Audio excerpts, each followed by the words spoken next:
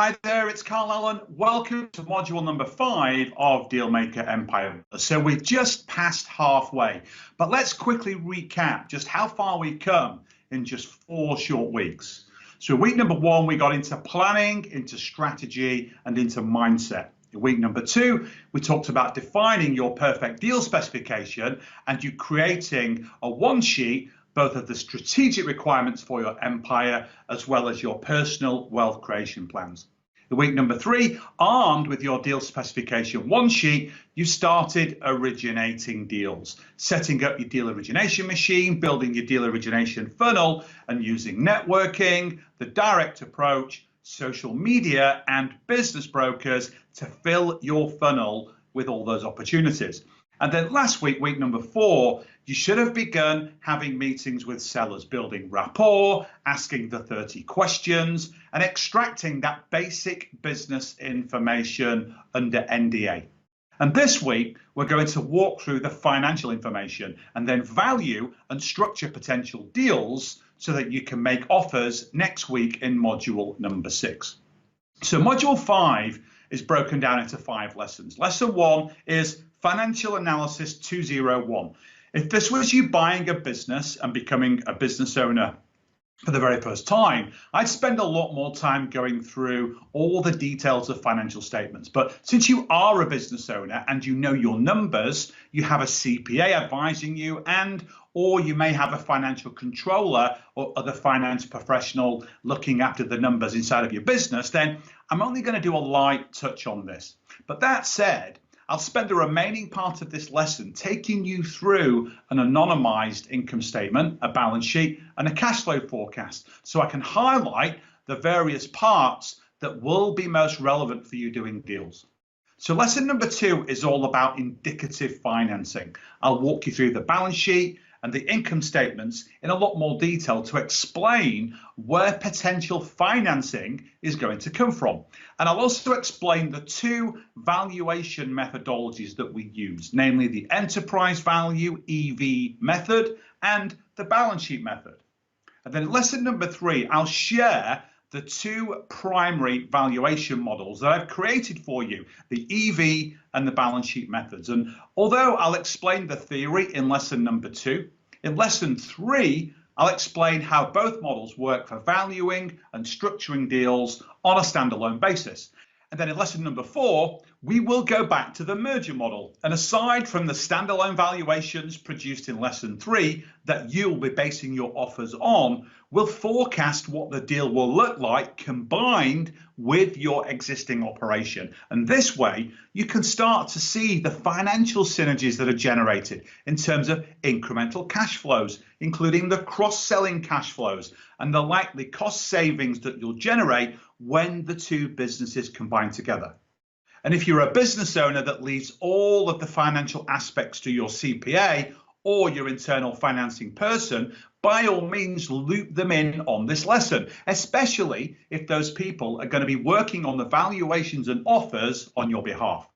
So let's jump into lesson number 1, Financial Analysis 201. So I'm going to break this lesson down into 4 parts: the income statement, the balance sheet, the cash flow forecast, and then finally, number 4, understanding the working capital metrics, or what I call optics. Most sets of accounts you see will typically only have income statements and balance sheets, but I'm giving you a model to input those key numbers so that you can see what the cash flows actually are. And looking at the profitability of a business isn't enough to understand the cash flows. There are other aspects that can build additional cash or consume cash. That comes from managing working capital, investments in the business, and financing cash flows. We'll go through them all. And I'm using a real but anonymized deal example to walk you through this module. This is a US-based engineering business, and each country has its own generally accepted accounting principles called GAAP, G-A-A-P. So if you see accounts referred to as US GAAP, it means they have been prepared in accordance with the standards in the US. And there are 2 forms of accounting. You have cash-based accounting and accruals-based accounting. So most businesses adhere to accruals-based accounting, which means revenues and expenses are recorded when invoices are issued but not paid. Cash-based accounting records revenues and expenses when they are actually paid, when the cash enters or leaves the business. And most online businesses adhere to cash-based accounting, so the business will have no accounts receivables or accounts payables, but virtually all other businesses adhere to accruals-based. So here's the income statement put into our summary model. Now, ideally, you want to look at 3 years worth of numbers, as it's important to see the trends in the financial performance of the business. And revenues are obviously important, and you want to see the changes year to year. So this business generated $2.1 million in revenues in 2017, grew 10% to $2.3 million in 2018, and 26% to just over $2.9 million in 2019. So nice, healthy growth. Next, we look at the gross margin or gross profit. This is revenue less cost of goods sold, or COGS for short. And cost of goods sold, or COGS, includes like raw materials and overhead required to build what the business sells or the service it provides. So an engineering business like this deal will have COGS for inventory, materials, and labor production.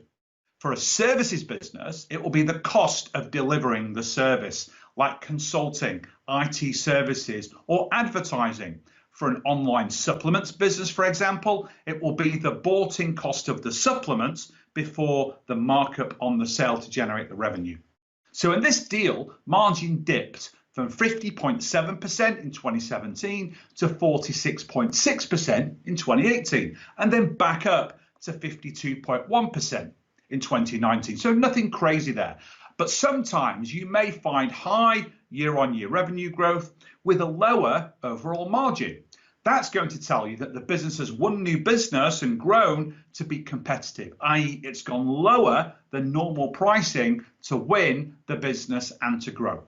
But this business is averaging a 50% or so gross profit margin, which is nice and healthy for an engineering business. If you're buying businesses in the same sector that you're already in, it's good to compare the numbers with what you are producing internally.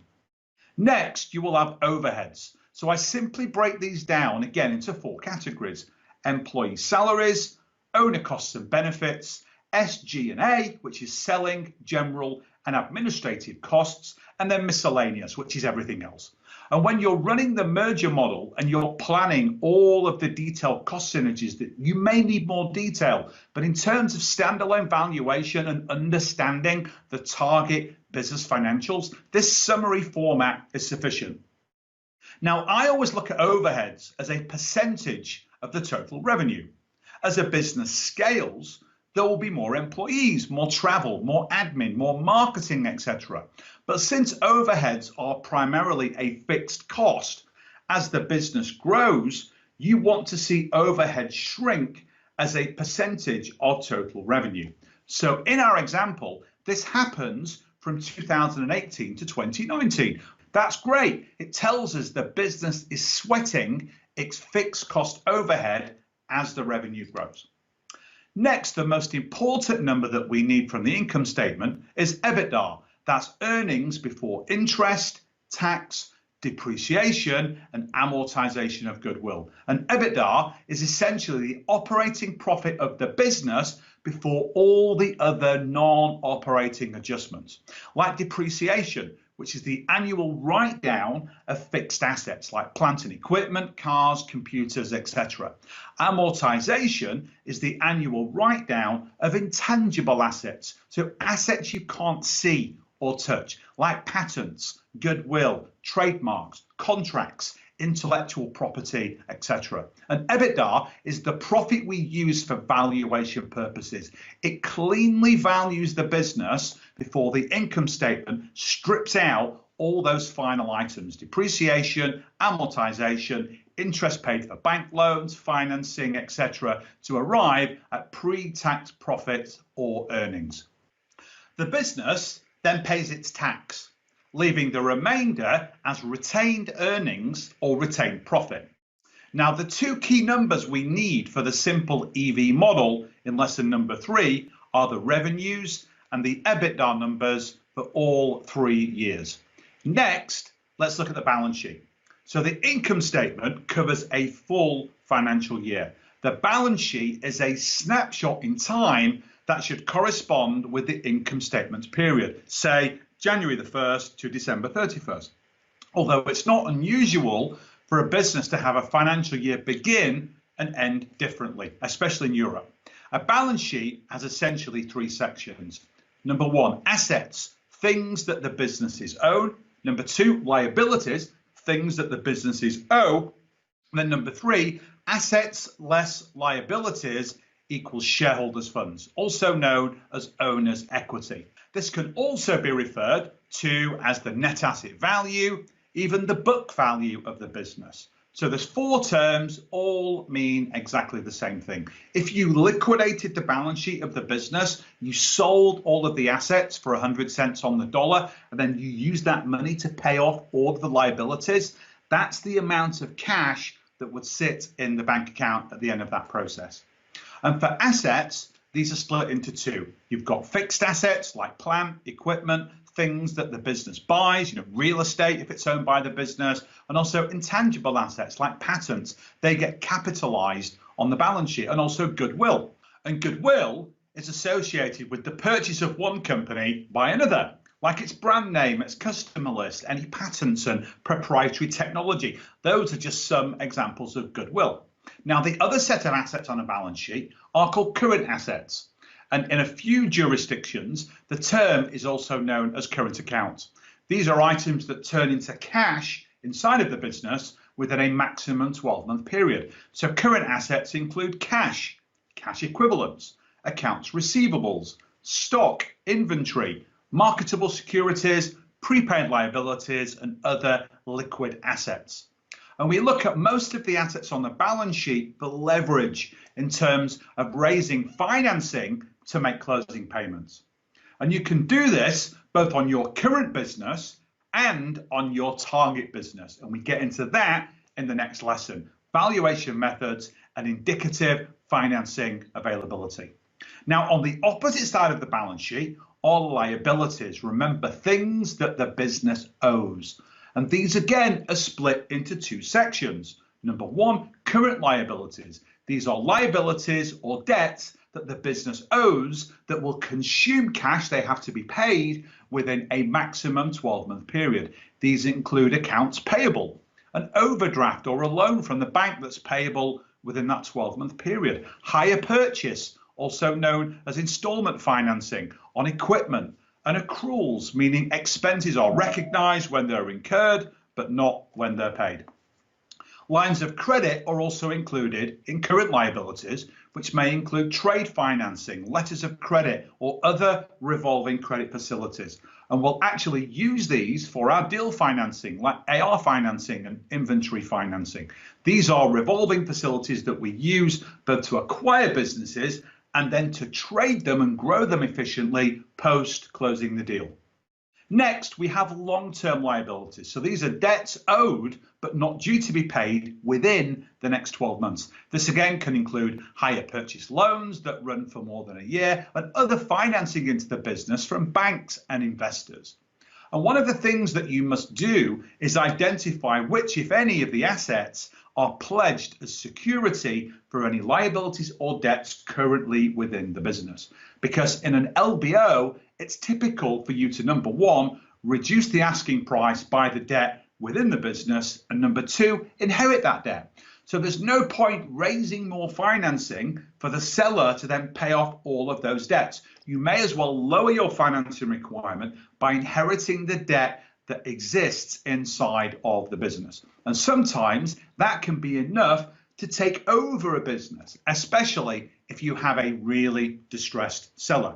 And we'll get into this in more detail in the next lesson on indicative financing. So the key accounting equation is all assets less liabilities equals shareholders' funds. And the shareholders' funds are the balancing part of the balance sheet. Shareholder funds include all historic retained earnings from the income statements, less any distributions or dividends taken by the owners. And dividend distributions are typically a more tax efficient way for an owner to take money from the business versus salary and bonuses that tend to be taxed at a higher rate. And you also have the current period retained earnings. So that's the balance sheet. And finally, let's look at the cash flow forecast. There's a saying, revenue is a vanity, profit is sanity, but cash in the bank is reality. And I take that one step further. While cash is important, what's even more important is cash flow, which is how much cash the business generates or consumes within the period. And looking at profit is not enough. A profitable business can still consume cash and vice versa. A business that isn't profitable can still generate cash flow. Cash flow is split into three parts.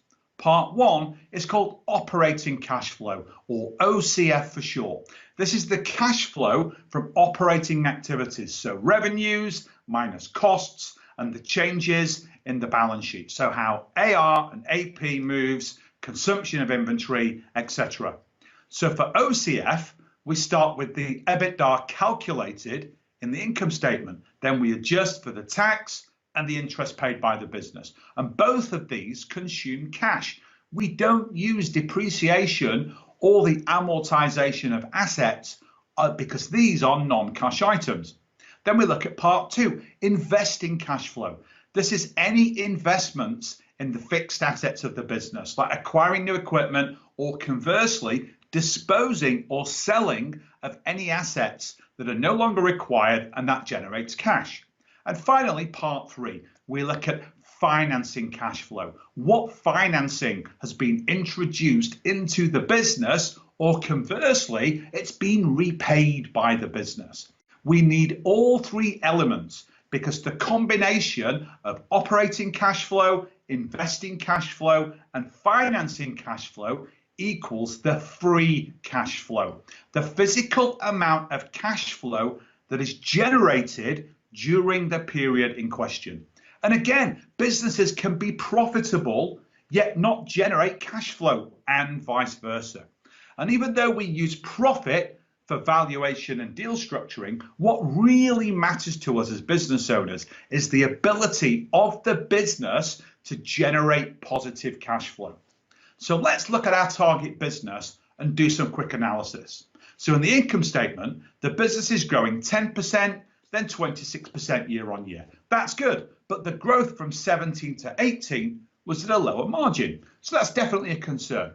And definitely a question for the seller in a follow-up meeting will be to further build credibility and strengthen our position of authority.